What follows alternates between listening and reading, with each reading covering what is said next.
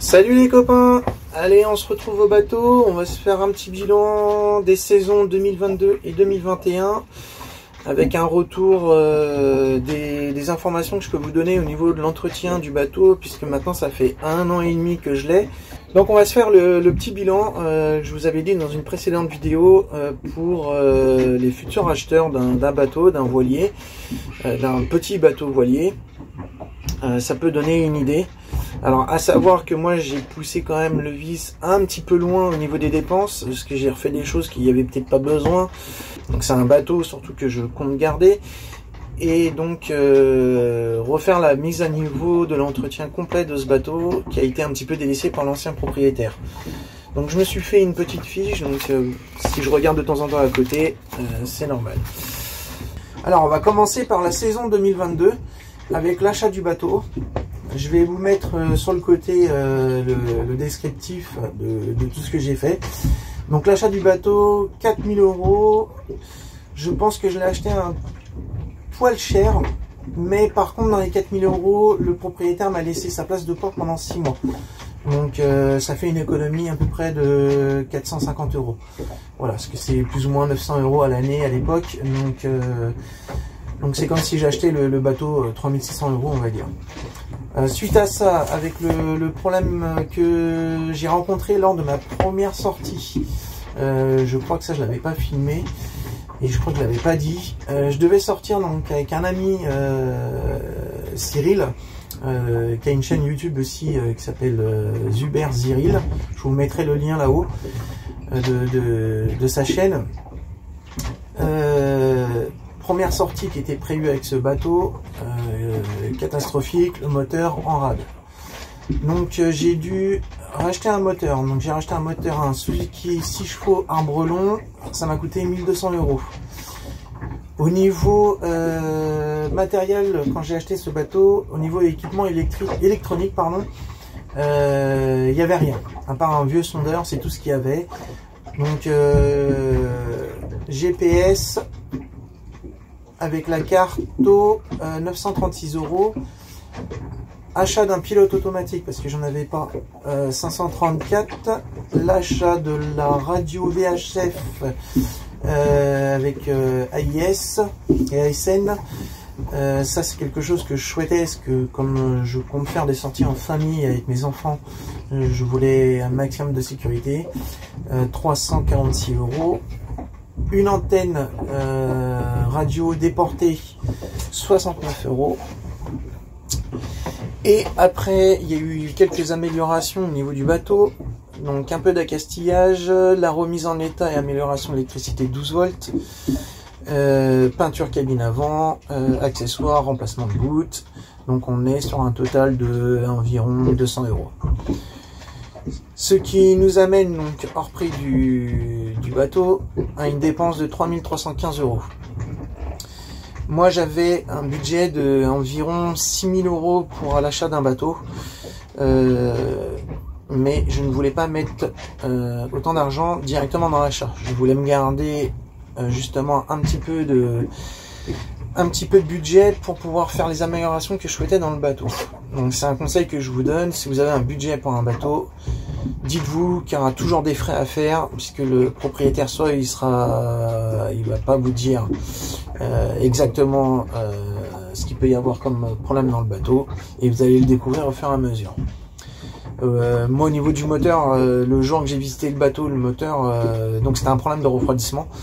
Le moteur fonctionnait, on voyait que la pissette elle fonctionnait aussi. Il prenait ses tours, il n'y avait pas de problème. En plus je crois qu'il était sorti de révision, enfin donc bon. Mais donc la première journée de sortie, pas de pissette. Donc après, une fois ramené à l'atelier à la maison, démontage de l'embase, et tous les magasins, les concessionnaires que j'ai pu faire m'ont dit tous la même chose, que ces moteurs là, donc c'était un Honda, je me rappelle plus du modèle, il y avait des problèmes sur les embases où l'aluminium se mangeait, et du coup bah voilà, ça faisait exactement mon problème. On va pas prendre de risques. Mon père m'a aidé à acheter donc un nouveau moteur. Donc voilà. Donc ça fait quand même un peu plus de 3300 € de dépenses. Rien que pour démarrer la saison. Alors les sorties que j'ai pu faire lors de cette saison, c'était des sorties simples, soft, et c'était des sorties surtout pour apprendre à gérer mon bateau, pour apprendre à connaître mon bateau.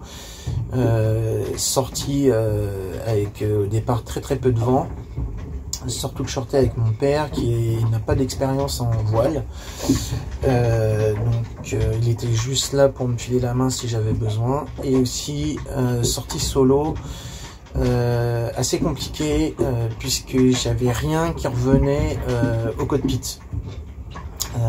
On reviendra un peu plus tard. Du coup je crois que j'avais fait qu'une sortie solo, mais c'est pareil, c'était par très petit temps, enfin pas de vent, pas de houle, rien, voilà. Cette saison-là, c'était vraiment pour apprendre mon bateau, c'est tout. Au niveau des galères, j'en ai pas eu tant que ça, à part le moteur qui m'a lâché, où ça fait quand même un trou dans le budget. Le bateau était dans un état correct, juste que le propriétaire s'est sauvé et m'a pas donné, n'a pas enlevé ses affaires. Donc bon, j'ai dû vider le bateau complet. J'ai refait la peinture sans la cabine avant, enlevé le vaigrage parce qu'il était complètement mort. Voilà, donc moi j'ai remis en peinture. Là actuellement, donc je suis revenu, il fait très humide dehors et on peut voir que le bateau est sain. Il y a quand même une toute petite trace d'humidité à certains endroits, mais franchement ça coule pas, il n'y a pas d'eau, c'est voilà, il reste sain et pourtant il n'y a plus de vaigrage, Voilà ce que je peux dire au niveau de la saison 2020. Oui, 2020. Maintenant, ce qui va nous intéresser le plus, ça va être la saison 2021, donc celle qui vient de se passer. Saison assez compliquée, les projets que je voulais faire, je n'ai pas pu les réaliser malheureusement. Toujours problème de Covid. Attendez, je vais fermer le capot parce que le vent souffle. Donc problème avec le Covid, comme on a pu connaître, on a démarré la saison très tard. Il fallait aussi absolument que je fasse l'entretien général du bateau, donc le carénage, puisqu'en 2020 quand je l'ai acheté, le carénage n'a pas été fait et du coup, comme la saison était déjà bien avancée, j'avais dû faire déjà tout, j'ai dû refaire toute l'électricité à bord, ça m'a pris énormément de temps.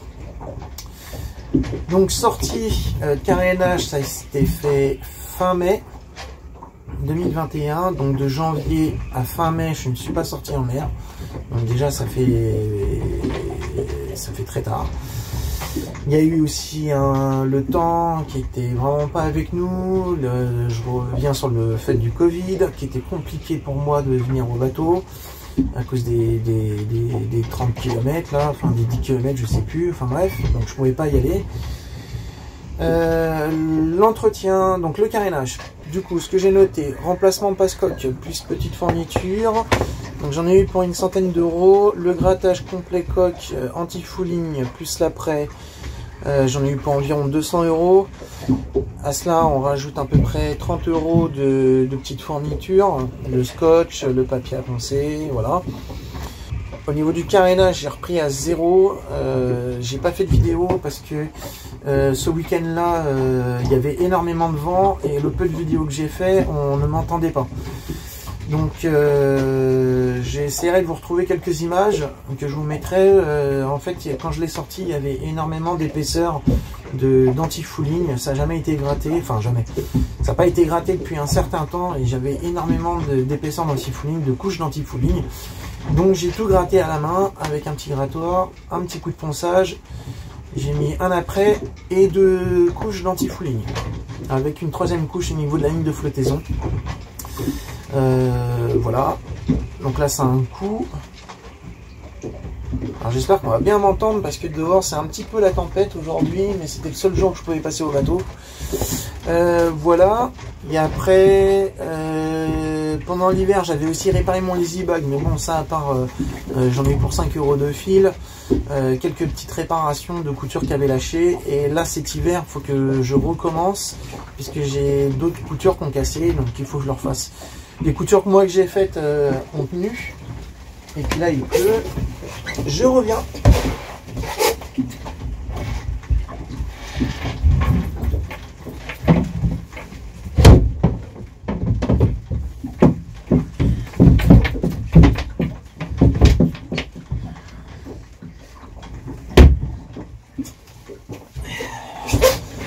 Bon, on voit encore, c'est bon. Alors, j'espère qu'on va m'entendre, parce que là il commence à pleuvoir et c'est la galère. Et après, c'est surtout les améliorations que j'ai apportées. Donc comme les vidéos précédentes sur mon plan de pont, la modification du plan de pont, pour faire revenir un maximum d'écoute au cockpit. Parce que j'avais pas le halba, j'avais pas la balancine, je n'avais pas les riz et je sais plus. Enfin voilà. Donc winch côté bâbord avec bloqueur Réa. J'en ai eu pour à peu près 300 € en sachant que c'est du matériel d'occasion. Poulie de renvoi au pied de mât, j'en avais en stock, j'en ai racheté quelques-unes, donc on est à peu près sur cette amélioration, on est en voilà 350 € à peu près. Il a fallu remplacer aussi tout ce qui est écoute, drisse, suite à la modification. Donc j'en ai eu pour 200 € à peu près de cordage, on va dire. L'amélioration aussi que j'ai apporté, qui était très bien pour moi, c'est le petit panneau solaire que j'ai mis sur donc, le capot de roof, avec le régulateur de charge pour la batterie. Donc j'en ai eu pour 165 € avec un peu de câblage. Voilà.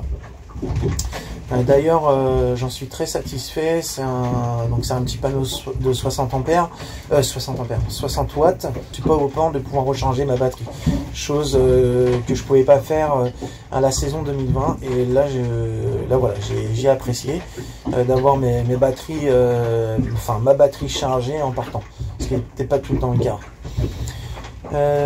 Petite galère, j'ai eu le sondeur qui m'a lâché en juillet, donc remplacement du sondeur 310 € avec la sonde, et puis l'entretien général du bateau. Là j'ai pas fait de peinture à l'intérieur cette année, je vais en faire sûrement là pendant l'hiver, revoir un peu la peinture intérieure parce qu'elle est pas terrible, et revoir aussi, là on le voit, revoir aussi pour faire un plafond. Je sais pas encore ce que je compte faire, mais il faut que je trouve. Voilà, donc on arrive sur un total de 1600 €, on va dire, sans compter donc la place de port. Donc avec la place de port, c'est 2500 €. Voilà ce que je peux dire au niveau de l'entretien du bateau. Aujourd'hui, je suis plus ou moins à 0, donc moteur neuf. Carénage gratté pratiquement à 100%. Voilà, normalement les saisons prochaines, il y aura pas tout le temps ce budget à mettre dans le bateau à chaque saison, heureusement. La saison 2021, au niveau des sorties, sorties un peu plus poussées, un peu plus sport que j'ai pu faire avec mon père, et surtout une bonne sortie que j'ai fait avec un abonné. Que là par contre c'était vraiment sportif, plus de 20 nœuds de vent, on s'est régalé, un petit départ au loft qu'on a réussi à récupérer gentiment, et surtout c'était la galère de ma sortie de port. Je vais pas en revenir dessus parce que je l'ai expliqué dans une autre vidéo, mais voilà, je m'en sors bien, le bateau est pas abîmé, juste des petites traces noires sur le côté de coque, et puis une toute petite rayure de gel coat qu'il faudra que je reprenne à la saison prochaine. Donc sortie à la bâche de Val à l'Île-Dieu, je l'ai pas encore fait cette année, manque de temps, le temps pourri, Voilà, je pense qu'on a résumé le problème de cette saison pour à peu près tout le monde. Le temps il était vraiment pas là, il était vraiment pas avec nous, surtout en août. C'était une catastrophe. En Vendée, hein, je parle surtout. En arrière-saison, j'ai fait pas mal de sorties. À savoir que chaque sortie que je fais, elles sont pas filmées tout le temps, donc c'est pour ça qu'il y a très peu de vidéos de mes navigations, puisque mes navigations pour l'instant se limitent en face du port Morin. Donc je pense que de voir chaque navigation au port Morin, je pense que je vais vous perdre. Donc c'est pour ça qu'on a beaucoup de vidéos sur le bricolage entre guillemets du bateau, et je vois que ça intéresse pas mal de personnes. Je continuerai donc pour la saison prochaine de faire ça. J'ai des améliorations à apporter encore au niveau du bateau. Surtout quelque chose qui me tient vraiment à cœur, c'est de faire des commandes déportées pour le moteur que j'ai. Donc c'est un moteur hors-bord. J'étais parti sur un système à câble et je suis en train de voir pour faire un système électrique pour gérer au moins les gaz. On en parlera un peu plus sur une autre vidéo, on en parlera ensemble. Si là je suis actuellement sur l'électronique, ça avance et je pense que ça peut être sympa à voir. Pour l'instant il n'y a rien de fait, voilà. S'il faut revenir à un vieux système à câble, je le ferai. Donc voilà, et puis pour la saison donc 2022, on va commencer déjà avec le carénage, c'est sûr. Au niveau du carénage, on va voir par rapport à l'année dernière qu'est-ce qu'il y a à faire.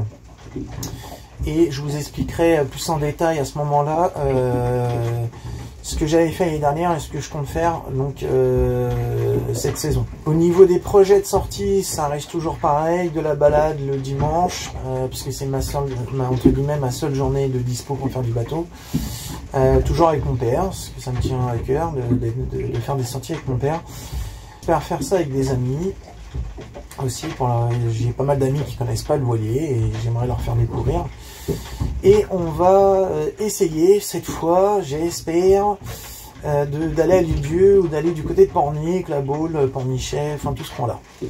On va essayer de faire ça cette saison. Et puis c'est tout. Quelques améliorations à apporter dans un futur proche au bateau. Il y a quelques trucs à faire, comme un bout de dehors. Finir un peu aussi au niveau du bateau. Les améliorations intérieures, mais on en reviendra à ce moment-là. Et bah écoutez, je pense qu'on a fait le tour, donc on voit un petit peu ce qu'un petit voilier peut coûter. Bien sûr, ce que j'ai fait, c'est pas faire à chaque fois qu'on achète un bateau, c'est en fonction de l'entretien général et du suivi qui a été fait. Ce bateau-là a été quand même suivi, j'ai pu remettre la main sur les factures que les deux anciens propriétaires ont laissées à la disposition, mais il y avait quand même quelques lacunes à revoir. Là au moins aujourd'hui, entre guillemets, je suis reparti de zéro, j'ai mon suivi du bateau. Alors moi ce que je fais, je me fais un petit fichier Excel où je note tout.